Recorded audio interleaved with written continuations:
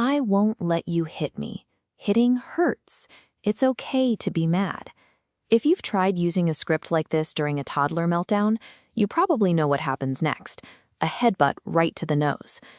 A lot of parents are hitting a wall with popular internet advice.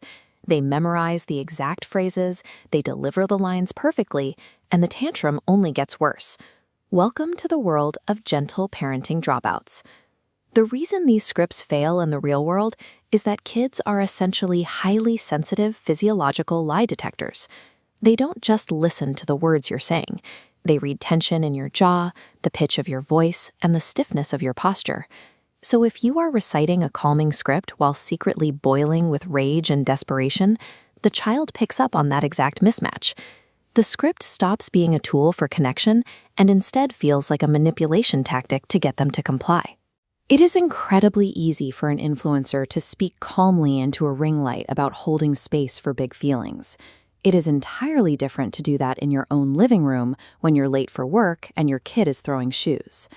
We can look at this clash in a simple logic model.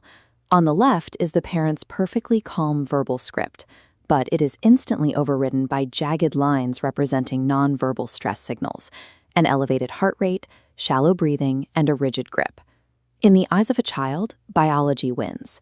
A rehearsed sentence cannot camouflage a parent's actual, dysregulated nervous system. To understand why we feel so dysregulated in these moments, we have to look at a concept developed by psychologist John Gottman called meta-emotion. Put simply, meta-emotion is how you feel about feelings. It is your hidden, underlying attitude toward anger, sadness, or frustration. Many of us carry what Gottman calls a dismissive philosophy. This is a subconscious belief that negative emotions are inherently dangerous. When a child cries, a dismissive parent feels an urgent, panicked need to silence the emotion as quickly as possible to restore order. Let's see how this plays out in a sentence diagram of an I message. The goal of a true I message is to express an internal feeling without blaming the listener. But look at what happens when a parent adds the phrase, that you are. Saying, I feel that you are being selfish, immediately converts an emotional expression into a character attack. Because the dismissive parent feels a desperate need to stop the discomfort of the child's outburst, they use these communication tools as a way to manage and ultimately end the behavior. The parenting technique is no longer an attempt at empathy, it's a strategy for quiet and control. We see a similar breakdown when parents try to engineer emotional resilience through praise. Much of modern educational and parenting advice relies on the work of Stanford psychologist Dr. Carol Dweck. She defined the growth mindset, the idea that abilities can be developed through effort and strategy. But her work has led to a widespread misunderstanding that she calls the false growth mindset. Look at this flowchart. A child fails a task, and the parent praises their pure effort. You tried so hard. Because the child only hears praise for trying, they loop right back to using the exact same strategy, resulting in repeated failure.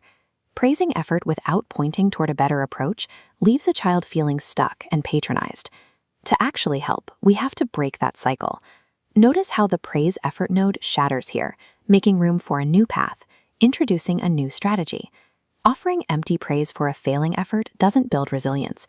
It destroys long-term motivation because the child realizes the praise is completely disconnected from real progress.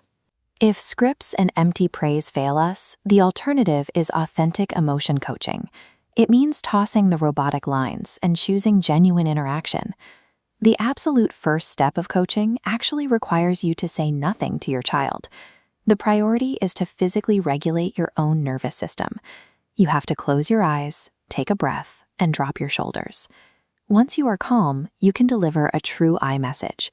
You state a vulnerable internal reality, like, I am feeling really overwhelmed by the noise right now, without attaching any blame to what the child is doing. You cannot demand regulation from a toddler. You have to model it yourself. Doing the internal work to calm down is what actually establishes psychological safety in your home. And when it comes to praise, the focus shifts to collaborative problem solving. You acknowledge the effort, but you immediately pivot. You say, I see how hard you worked on that. Let's sit down and see if we can find a different way that works better. A script delivered from a distance functions as a shield, keeping the parent safe from the child's chaos. Collaborating on a new strategy does the opposite. It requires the parent to enter that chaos and help the child navigate their way out. Kids learn emotional intelligence by watching you navigate your own frustrations imperfectly. They absorb empathy from seeing you apologize after losing your temper, not from a flawless delivery of parenting dialogue.